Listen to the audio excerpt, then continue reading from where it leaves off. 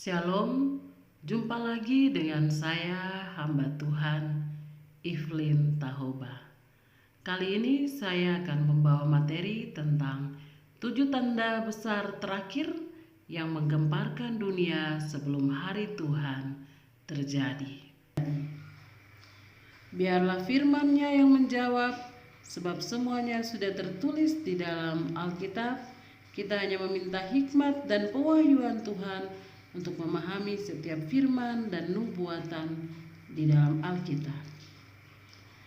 Tanda-tanda ini saya jelaskan berdasarkan pewahyuan Tuhan di tahun 2005 dan bisa disaksikan pada video kesaksian akhir zaman yang ke-1 sampai ke-3, di mana pada hari terakhir hari Pentakosta saya mengambil puasa 50 hari dan kemudian lewat doa dan penyembahan Tuhan datang kepada saya dan menceritakan tentang rahasia akhir zaman, perang dunia ketiga, dan rahasia hari Tuhan.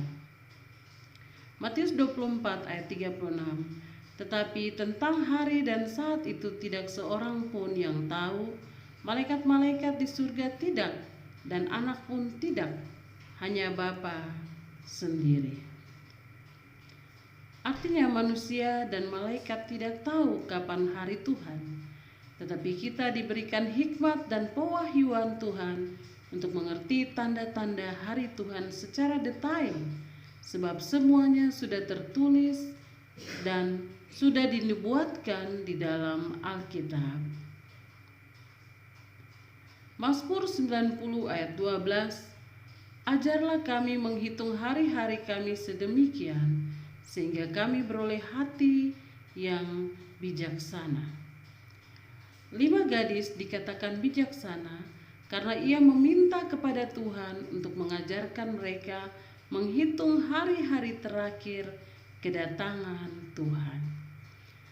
Dengan menghitung hari-hari terakhir kedatangan Tuhan, mereka akan menjadi semakin bijaksana untuk menyiapkan minyak dan pelita mereka.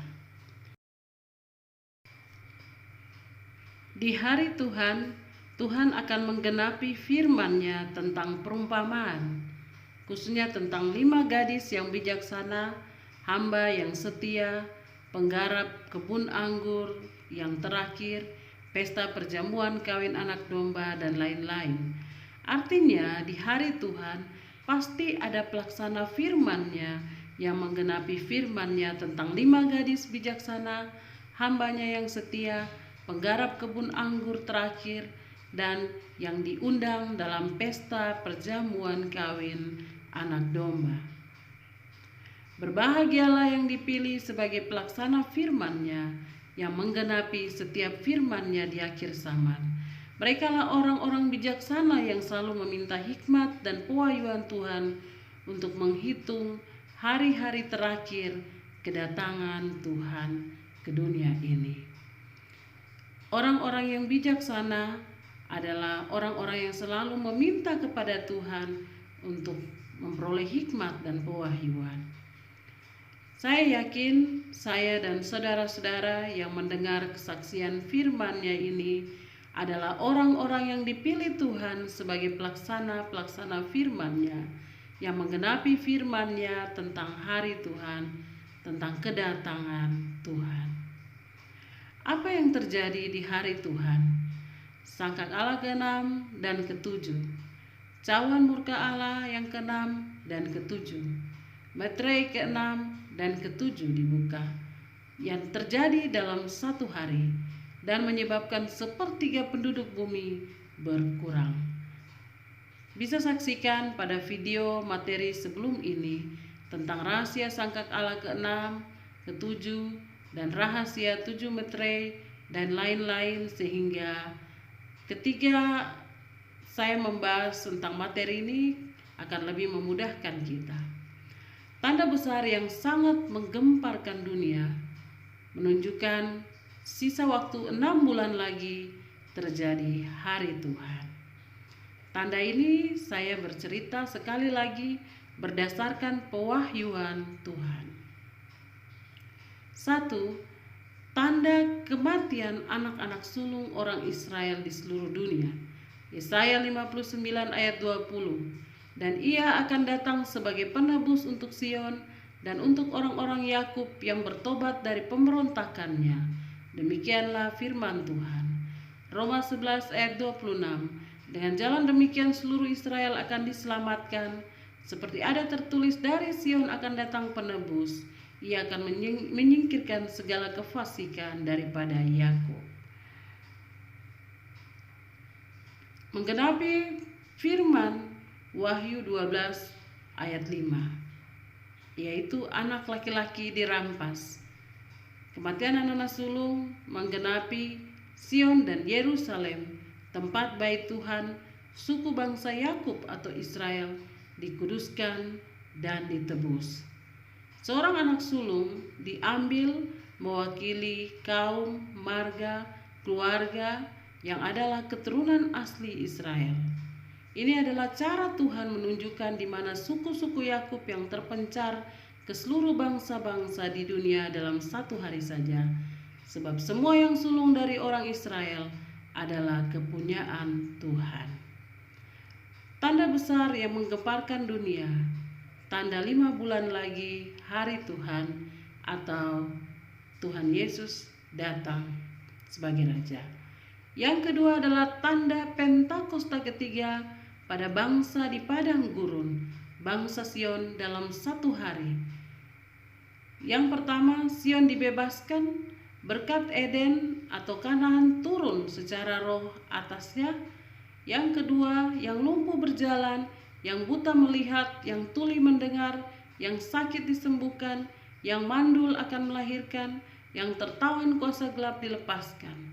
Pertobatan massal besar-besaran terjadi di bangsa Sion. Menggenapi Wahyu 12 ayat 14. Kepada perempuan itu diberikan kedua sayap dari burung nasar yang besar, supaya ia terbang ke tempatnya di padang gurun, di mana ia dipelihara jauh dari tempat ular itu selama 1 masa dan 2 masa dan setengah masa. Tanda Pentakosta ketiga ada hubungannya dengan Wahyu 12, di mana perempuan itu diberikan sayap burung nasar, artinya bahwa perempuan itu diberikan kerajaan Allah dan Roh Kudus. Pentakosta ketiga juga menggenapi tentang tahun pembebasan bagi bangsa di padang gurun. Yesaya 35 ayat 5 sampai 6 dan 10. Pada waktu itu mata orang buta akan dicelikan dan telinga orang-orang tuli akan dibuka. Pada waktu itu orang lumpuh akan melompat seperti rusa dan mulut orang bisu akan bersorak-sorai, sebab mata air memancar di padang gurun dan sungai di padang belantara. Orang-orang yang dibebaskan Tuhan akan pulang dan masuk ke Sion dengan bersorak-sorai, sedang sukacita abadi meliputi mereka. Kegirangan dan sukacita akan memenuhi mereka. Kedukaan dan keluh kesah akan menjauh. Ini akan terjadi pada bangsa yang mendapat kasih karunia di padang gurun atau bangsa Sion.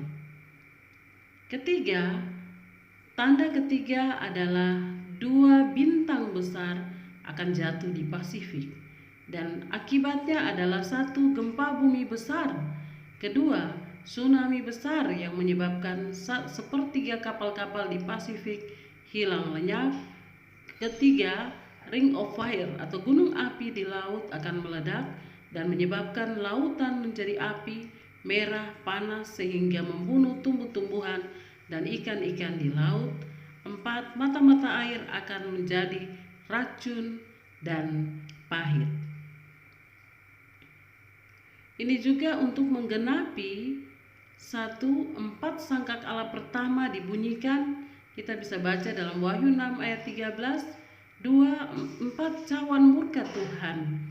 Wahyu 8 ayat 10 sampai 11, lalu malaikat yang ketiga meniup sangkakalanya dan jatuhlah dari langit sebuah bintang besar menyala-nyala seperti obor, dan ia menimpa 1/3 dari sungai-sungai dan mata-mata air. Nama bintang itu ialah Absintus, dan 1/3 dari semua air menjadi absintus dan banyak orang mati karena air itu, sebab sudah menjadi pahit. Ini adalah tanda ketiga yang menggemparkan dunia. Tanda yang keempat adalah munculnya penyakit sampar dan bara yang disebabkan oleh virus atau penyakit bisul-bisul. Wahyu 16 ayat 2, maka pergilah malaikat yang pertama dan ia menumpahkan cawannya ke atas bumi, maka timbullah bisul yang jahat dan yang berbahaya pada semua orang yang memakai tanda dari binatang itu dan yang menyembah patungnya. Wahyu 9 ayat 4-6. Dan kepada mereka dipesankan supaya mereka jangan merusakkan rumput-rumput di bumi atau tumbuh-tumbuhan ataupun pohon-pohon, melainkan hanya manusia yang tidak memakai meterai Allah di dahi. Dan mereka diperkenankan bukan untuk membunuh manusia, melainkan hanya untuk menyiksa mereka 5 bulan lamanya. Dan siksaan itu seperti siksaan kalajengking apabila ia menyengat manusia. Dan pada masa itu orang-orang akan mencari maut, tapi mereka tidak akan menemukannya, dan mereka akan ingin mati, tapi maut lari dari mereka. Akan ada penyakit yang sangat berbahaya untuk menggenapi 4 sangkak Allah pertama.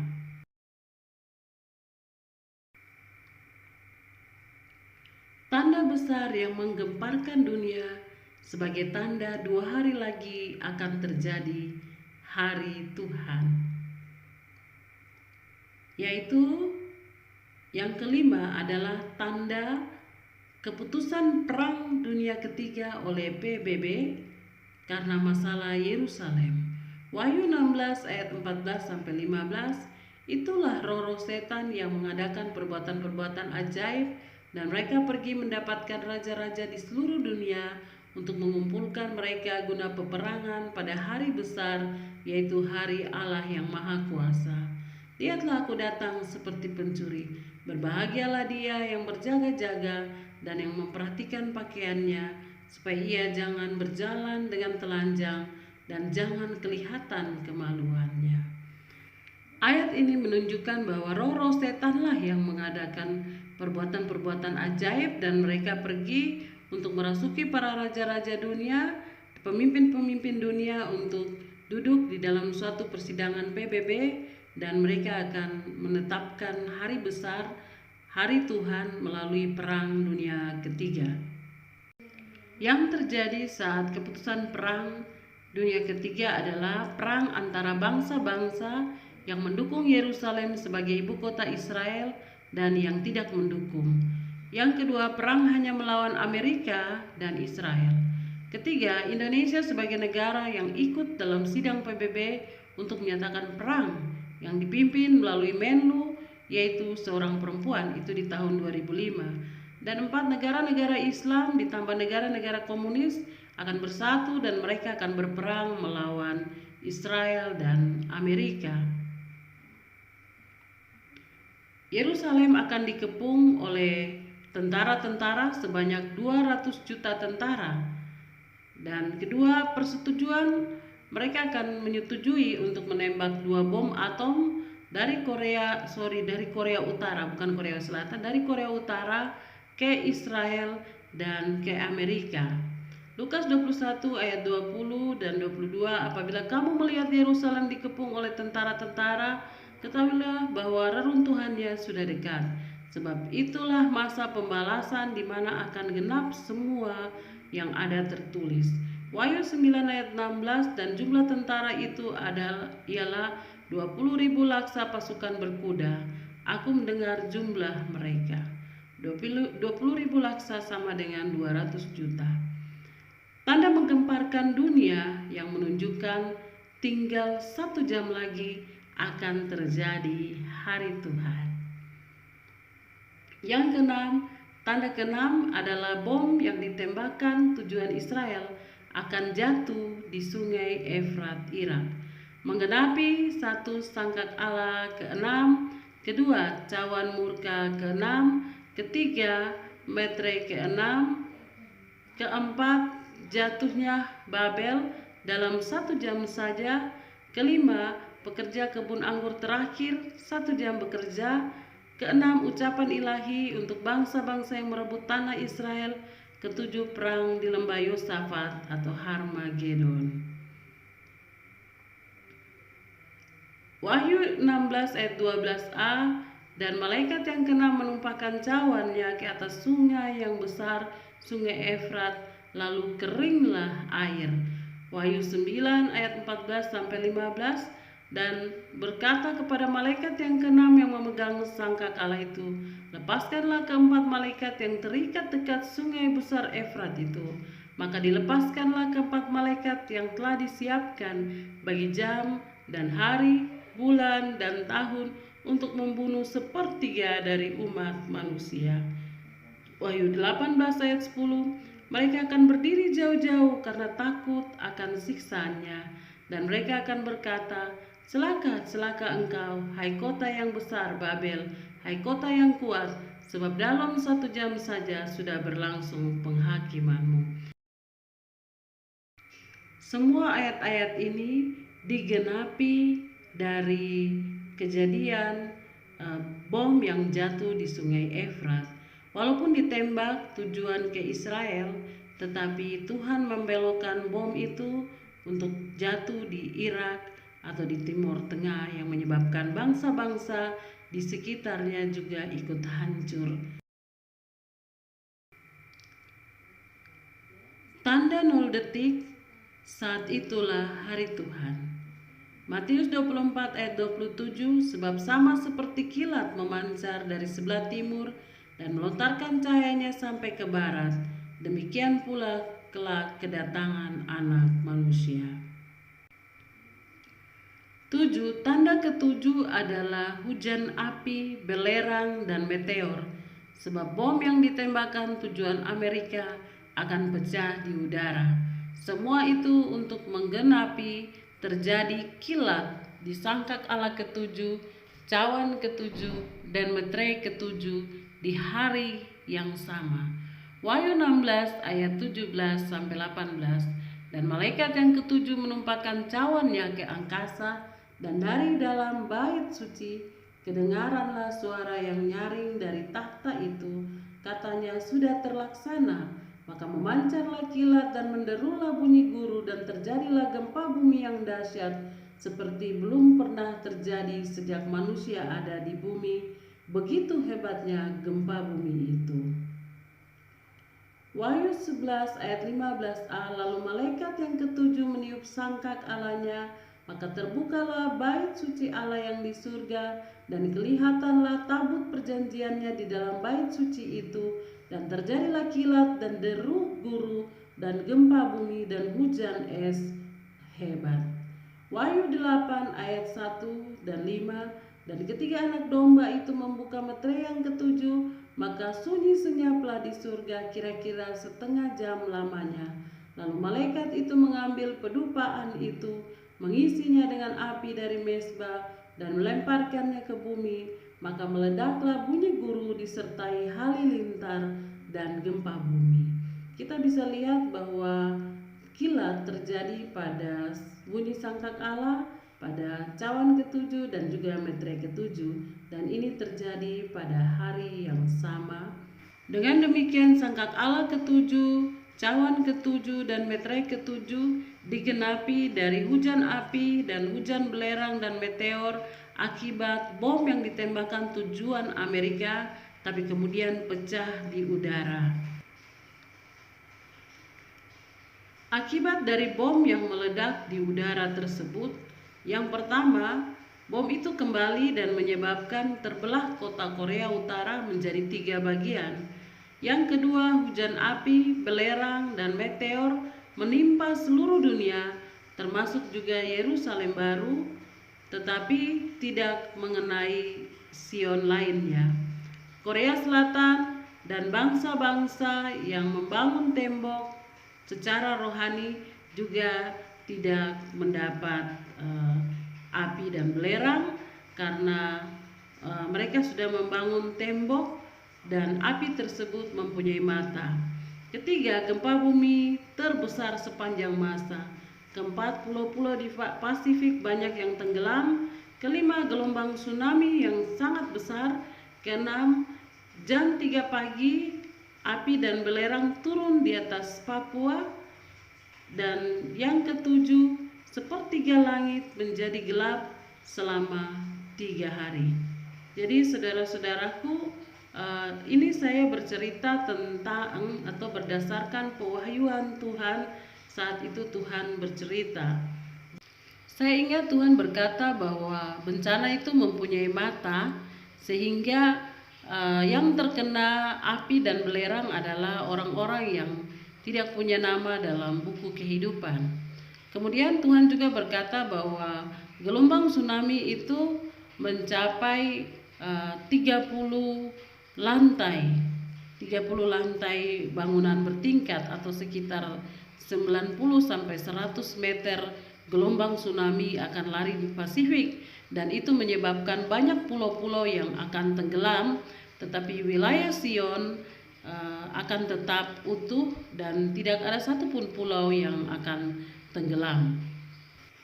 Saat itu Tuhan berkata bahwa pada 4 sangkakala pertama itu terjadi secara tiba-tiba, sehingga saat itu kapal-kapal di laut banyak yang hilang dan tenggelam. Tetapi pada sangkakala ketujuh atau pada hari Tuhan itu telah diputuskan melalui PBB, sehingga pada hari itu tidak ada satu kapal pun yang melintas melalui samudra, sehingga pada sangkakala ketujuh atau pada hari Tuhan tidak terdapat kapal-kapal yang hilang atau lenyap, karena memang sudah diumumkan bahwa akan terjadi perang pada saat itu atau pada saat nanti ketika Tuhan menggenapi hari Tuhan. Dengan demikian 7 tanda besar yang terjadi 6 bulan sampai hari Tuhan adalah: 1.